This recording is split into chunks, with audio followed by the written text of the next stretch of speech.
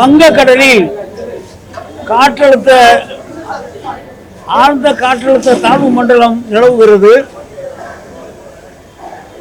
இதனால் தமிழகத்தில் உள்ள கடற்கரை ஓர மாவட்டங்களில் கனமழை பெய்யும் என்று வானிலை ஆய்வு மையம் எச்சரித்ததன் விளைவாக மாண்புமிகு நம்முடைய முதலமைச்சர் அவர்கள் இன்றைக்கு காலை நாகப்பட்டினம், திருவாரூர், தஞ்சாவூர், கடலூர், விழுப்புரம் ஆகிய மாவட்ட ஆட்சித்தலைவர் மத்தியில் நேரடியாக காணொலி காட்சி மூலமாக நேரடியாக பேசி என்னென்ன நடவடிக்கை எடுத்திருக்கிறீர்கள், முன்னெச்சரிக்கை நடவடிக்கை எடுத்திருக்கிறீர்கள், தகுந்த நடவடிக்கை எடுத்திருக்கிறா என்பதையெல்லாம் மாவட்ட ஆட்சித்தலைவர் வாய் வழியாக கேட்டு அதில் சரியான யோசனைகளை நம்முடைய முதலமைச்சர் அவர்கள் சொல்லியிருக்கிறார்கள். அந்த அடிப்படையில் அந்தந்த மாவட்ட ஆட்சித்தலைவர்கள் தகுந்த முன்னேற்பாடுகளை செய்திருக்கிறார்கள். வானிலை ஆய்வு மையம் புயலாக மாறக்கூடிய வாய்ப்பும் இருக்கிறது என்று நிச்சயமாக இல்லாமல் புயலாக மாறக்கூடிய வாய்ப்பும் இருக்குது என்று சொல்லியிருக்கிறார்கள். ஆகவே அதை நாம் எச்சரிக்கையாக எடுத்துக்கொண்டு முன்னெச்சரிக்கை நடவடிக்கைகளை நாம் எடுத்திருக்கிறோம். சென்னையில் வேண்டிய முன்னெச்சரிக்கை நடவடிக்கைகளையும் நாங்கள் சரியான முறையில் எடுத்திருக்கிறோம். மாவட்ட நிர்வாகம், மாநகராட்சி நிர்வாகம் எல்லாம் இன்றைக்கு துரிதப்படுத்தி எல்லா பணிகளும் செய்து கொண்டிருக்கிறோம். மாண்பு முதலமைச்சர் அவர்கள் நேரடியாக ஆய்வு செய்து கொண்டிருக்கிறார்கள். தொடர்ந்து மழை நிலவரத்தை அரசாங்கம் கவனித்துக் கொண்டிருக்கிறது, கண்காணிப்பில் வைத்துக் கொண்டிருக்கிறது.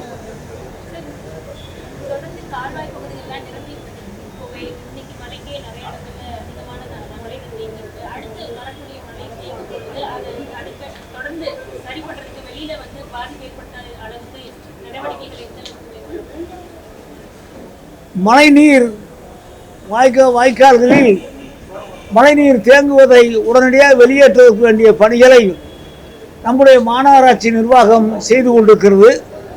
இப்பொழுது கூட நம்முடைய மாண்புமிகு துணை முதலமைச்சர் அவர்கள் அந்த மழைநீர் வார்கால் பகுதிகளை பார்வையிட சென்றிருக்கிறார்கள். அரசாங்கம் துரித கதியிலே எல்லா விதமான நடவடிக்கை எடுத்து பொதுமக்களுக்கு சிரமம் இல்லாத சூழ்நிலையை இந்த அரசாங்கம் உருவாக்கும். மாவட்ட ஆட்சித்தலைவர்களுக்கு எவ்வளவு மழை பெய்திருக்கிறது, நேற்றுக்கு இன்றைக்கு காலை வரை எவ்வளவு மழை பெய்திருக்கிறது, அந்த மழையின் அளவுக்கு ஏற்றார் போல நாம் முன்னெச்சரிக்கை நடவடிக்கை எடுத்திருக்குமா என்பதையும், அதே போல பொதுமக்கள் தங்க வைப்பதற்கு சரியான இடங்கள் தயார் செய்யப்பட்டிருக்கா என்பதையும், அவளுக்கு வேண்டிய உணவு, பால் போன்றவையெல்லாம் தயாராக இருக்க என்பதையெல்லாம் மாண்பு முதலமைச்சர் நேரடியாக ஒவ்வொன்றையுமே அவரே நேரடியாக கேட்டு மாவட்ட ஆட்சித்தலைவர்களிடம் கேட்டு தெரிந்து கொண்டார்கள். தெரிந்து கொண்டது மட்டுமல்லாமல் அது தயாராக இருக்க வேண்டும் என்ற எச்சரிக்கையும் சொல்லியிருக்கிறார்கள்.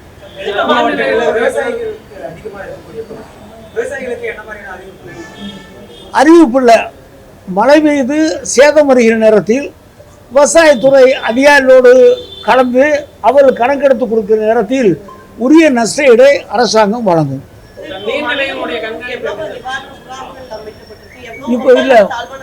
இப்போ இதுவரைக்கும் அந்த அளவுக்கு நம்ம நிவாரண முகாம் வைக்கக்கூடிய அளவிற்கு மழை இல்லை. மழை பெய்யும் என்று நாம் எதிர்பார்த்து அதற்கு வேண்டி அந்த முகாமெல்லாம் தயார் நிலையில் வைத்திருக்கோம். அது வேண்டிய நீர்நிலைகளை WS நம்முடைய பொதுப்பணித்துறையிலிருந்து அவர் கண்காணிக்கிறார்கள். பெரிய மழை வருகிற நேரத்தில் தான் அதையெல்லாம் மிக எச்சரிக்கையாக பார்க்க வேண்டியிருக்கிறது. பொதுவாக நம்முடைய முதலமைச்சர் என்ன சொல்லியிருக்காருன்னு சொன்னால்,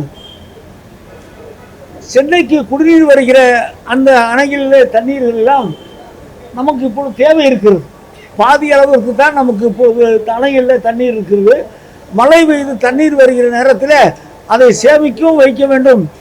சேமித்த பிறகு அதிகமாக வருகிற நேரத்தில் கரையோர மக்களுக்கெல்லாம் சரியான முறையில் எச்சரிக்கை செய்து தண்ணீரை திறந்து விட வேண்டும் என்றும் சொல்லியிருக்கிறார்கள். எவ்வளவு தண்ணீர் உள்ளே வருகிறதோ, அளவுக்கு மீறி வருகிறதோ, அந்த அளவுக்கு தண்ணீரை திறந்து விட்டால் போதும் என்று சொல்லி முதலமைச்சர்கள் எங்களுக்கு எச்சரிக்கையாக சொல்லி வைத்திருக்கிறார்கள். சரியான முறையில் நாங்கள் நிர்வாகம் செய்வோம்.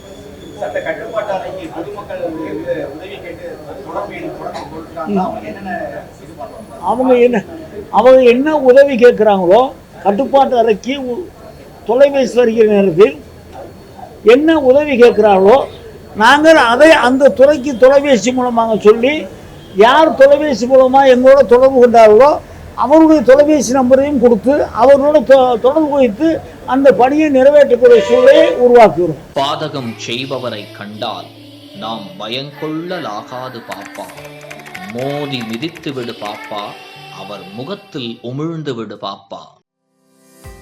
அண்மை செய்திகளை உடனுக்குடன் தெரிந்து கொள்ள இணைந்திருங்கள் இயம்நாடு தொலைக்காட்சியுடன்.